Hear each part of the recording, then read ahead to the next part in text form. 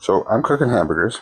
Whoa. And I'm busy, right? I gotta get some stuff done. So like everybody else, I don't have tons of time to do this.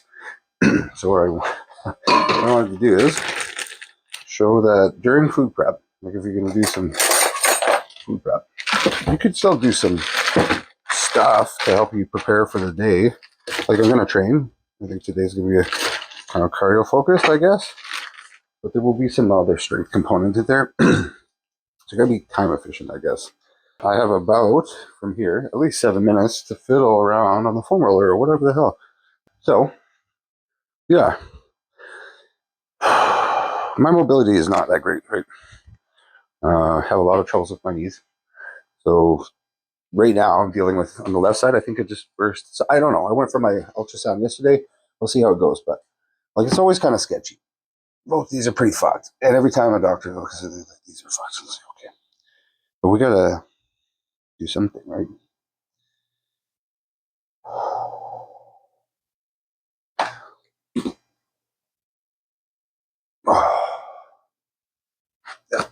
This is arthritis, right? Anyway, you kind of ease into all these. I don't know what it's like for everybody else, but for me, I like everything hurts all the time. So it feels really good. But I know for some people that go through these ranges and be like, there's nothing there. If you know about a couple that you like and you know about, just go there. Do whatever is applicable for you. You know what I mean? But this is for old guys.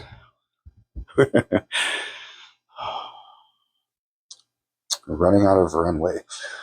Oh, but also just anyway in general, like honestly, this is good maintenance stuff.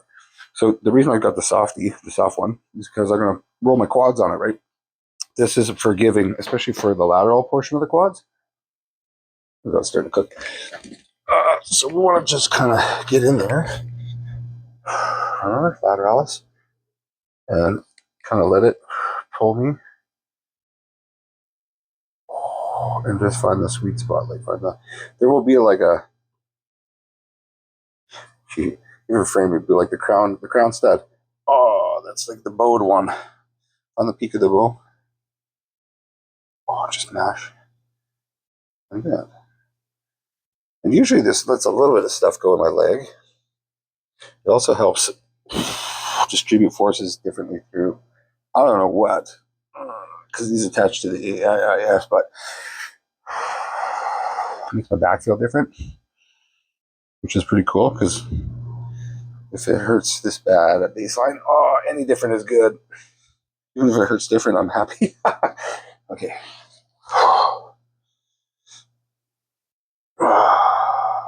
Yeah. Oh, and I feel that it tugs in the knee, right? It's tight in there. I got lots of work to do down there. Like I'm missing infrastructure, like I like to talk about. I need the infrastructure if I want to be able to do the thing. And then when I feel kind of satisfied, I don't do it for this long. I'm like, yeah, how about this? How do you feel? You feel kind of like, how does that? Do you feel good to go? Do you feel ready to move on? If not, don't. If so, do. Pretty simple. This side's not as jacked up. It's pretty bad too. It's got a long list of shit wrong with it, but right now it's the good side. It's funny. Never thought I'd fucking see the day. Rather, maybe I was hoping I'd never see the day. Anyway, it's pretty clear, honestly. So, front of the hip is not bad on the other side, and then a bad one, right? Oh, another fun one. Give me the shin, but we don't want the soft one for that one. We don't want it to be so forgiving. For this part, it's a different tool because the firmness of the tissue is not the same. So we go with a PVC roller for me. And if you feel better with because there's different types of foam, right? Get your type. If you like the knobbly one, just do the knobbly one. If you like the hard PVC one, do the PVC one. Just do whatever's your thing. Anyway, you get down on the thing. Back is tight. Back is stiff. I don't think stretching and rolling on its own is enough. I think you have to strengthen too. But there will be just a degree of discomfort, almost guaranteed for some people, perpetually. And this is just something you have to learn. Oh, that was a good one. how to manage, right?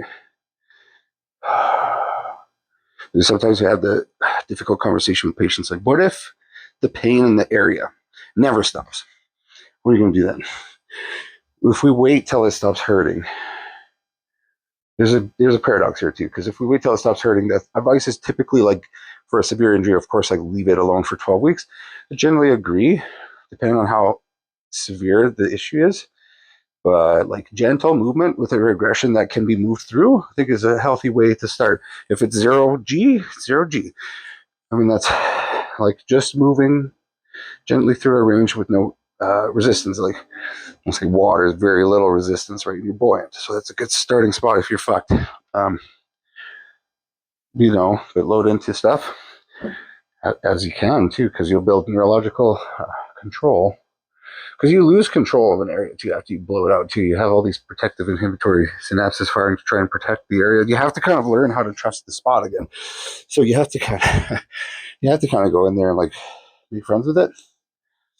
And man, trying to trust your broken shit is if you got trust issues, I got trust issues in my body. But yeah, we always shake hands after. Say hello, Mr. Kitty. He says hello. There's a handful of things I keep around the house that I like to use as just training tools. This is a tractor weight. I think it weighs like 30 some odd pounds. Just take in one hand and go for a little walk. So sometimes I'll go for a short one, sometimes I'll go for a long one. Usually it's either a timer or steps. If I'm not distracted, I can count the steps. If I'm distracted, it's timer. And then when you hit a certain time, timer beeps, you switch hands, right? It's like a farmer walk. That's one of my favorites.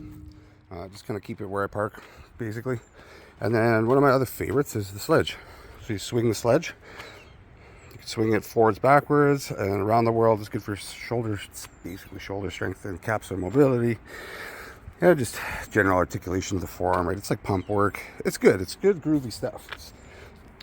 So I wouldn't say start with a 12er. Start with, it's a 10. Oh, okay. Well, it's still pretty intense. So, okay. And then the last set of stuff that I keep around, it's just handy for whatever, wherever. Like, you don't need a gym all the time. My favorites here is a homemade TRX. And then I keep a couple things in the gym bag, like, I don't know, like chalk and straps and stuff. But it's like I got a little bit of training stuff kind of sprinkled everywhere. And if I got a chance, I jump in and do it. But I don't make it a big deal. I just have options, right? Give yourself some options. Right, and then this is another one of my favorite bridge exercises too. It's a shoulder mobility exercise, and yeah, basically the point of this too is to get exposure to positions that you will be actually put in real life. If, say, for example, you have to use a tool like a sledgehammer or something. So ballistic stretch. So you get a bit of stretch when you go back, back behind you with the hammer. You're stretching proximal head of biceps brachii. You're stretching the rest of the distal heads of the biceps. If you get a bit of a stretch kind of close to the crook of the elbow, so brachioradialis, brachialis, bicep brachii, blah, blah, blah. Also forearm flexors a little bit. And then proximal head of bicep as well, a little bit of front delt, a little bit of pec major, a little bit of pec minor. The scap moves around quite a bit, and it's just nice and easy, greasy for the joints. And like, I got tendonitis and arthritis, and it fucking hurts a lot through the left arm. So this is a nice, like, warmer upper. So when I do this, like, of course, the first couple swings are shitty and achy and everything hurts all the time. But after I get a couple sets of easy stuff done, it starts to feel more agreeable, we'll say. So usually I'll just do, basically, like, I'll just kind of get a feel for how my arm feels, not actually do the full forwards to backwards. And then once I've got a good sense of, like, okay, let's get rolling, forwards, backwards, sagittal planes first, right? So yeah, and then the deceleration is a big component of this too. I like to flick back and then try to decelerate and let it sink into, like, force extension a little bit. See how the elbow kind of swings and springs and then swings forwards and back. And there's a bit of deceleration, like, physically, like, I'm concentrating on decelerating the weight before it just bottoms out. But at the same time, I'm also letting it bounce a bit, So there's a bit of both. And the harder you flick it, the harder you're going to have to decelerate. But the more of a stretch you're going to get, the more articulate you can be with your ballistic movement there. So There's a couple ways to change the forces acting without changing the tool. You can choke up closer to the head of the hammer. That's going to make it way easier because the moment arm forces completely change, right? Physics.